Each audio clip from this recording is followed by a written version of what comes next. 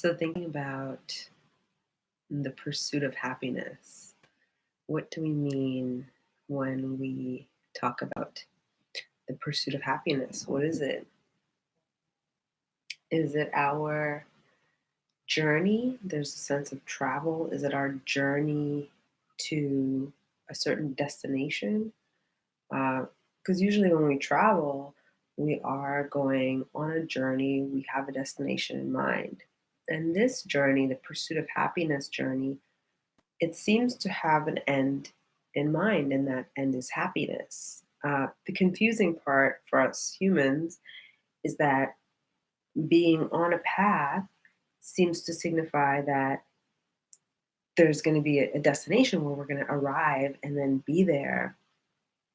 Whereas in life, we never seem to arrive. We never seem to get that sense of like, yes, this is great. Like I'm here.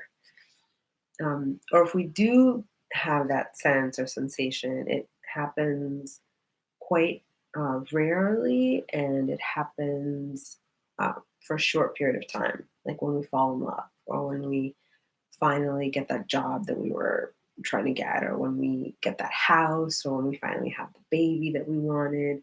Um, when one of our dreams is fulfilled, we have this feeling of happiness, right? We've all felt happiness, and it's fleeting, right? So this pursuit of happiness, this idea that we're pursuing a certain state of being, it can be a little bit of a mind fuck. Like, am I ever going to arrive and be there and just be in happiness? Or is it always something just out of reach, seemingly? Um,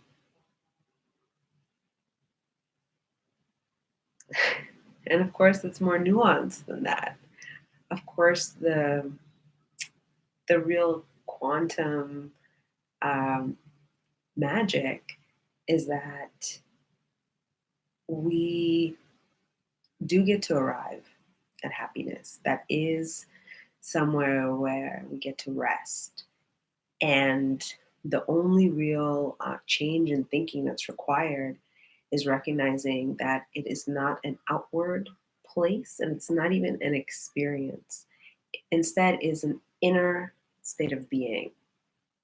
So when we recognize that the pursuit of happiness has nothing really to do with the external world. Um, Nothing is a little strong, but it has little to do with the external world. It has much more to do with our inner understanding of ourselves, of life, of our personal inner peace and our longing, and I guess just finding out what makes you this unique and beautiful individual, what makes you feel blessed, feel blissful, feel wondrous, feel alive. What is that for you? So, recognizing that, making that mental shift for yourself. So, realizing, okay, happiness is not out there, happiness is actually in here. And that makes it so much easier in a way because you don't have to go to all these places and do all these things. You'll still do all the things and go to all the places, but you will do it in a happy state of mind. So, learning that happiness is a state of mind, and then learning to arrive in that place of happiness, bliss, and then eventually learning to dwell there, and learning to dwell there so much that it becomes your new baseline, where unless something really awful is happening in the moment, you are able to attain this baseline of high vibration, of feeling good, feeling content, feeling peaceful, recognizing your own sovereignty over your mental state. It's very powerful. And I get this question, how do we do that, right? How do we how do we get to that place?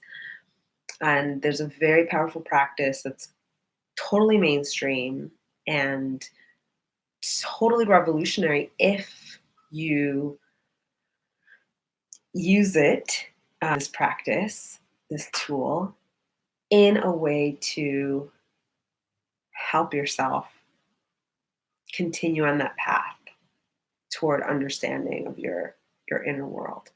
And that tool is mindfulness. Mindfulness is something really popular nowadays. You can easily go to your local library and find a mindfulness meditation class. Um, I offer a free product called 10 Easy Ways to Cultivate Mindfulness Without Meditation. So if you're interested, check that out. And in general, mindfulness is often misunderstood because it has not all that much to do with the mind. It actually has to do with training the mind and putting the mind sort of in its proper configuration along with your heart and your gut.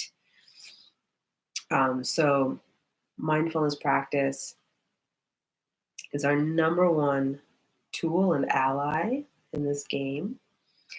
Once we learn to disengage from a lot of the distractions that are out in the world, we learn to pay more and more attention to our own feelings, our own thoughts, our bodily sensations, and getting to know our energy, the spirit inside. Then we have agency. We have all this agency over our personal state of being, and we get to choose bliss and joy and happiness and ease, regardless if the world is crashing around you, because you recognize the quantum infinite nature of this holographic reality. And you dwell in a state of true knowing and bliss.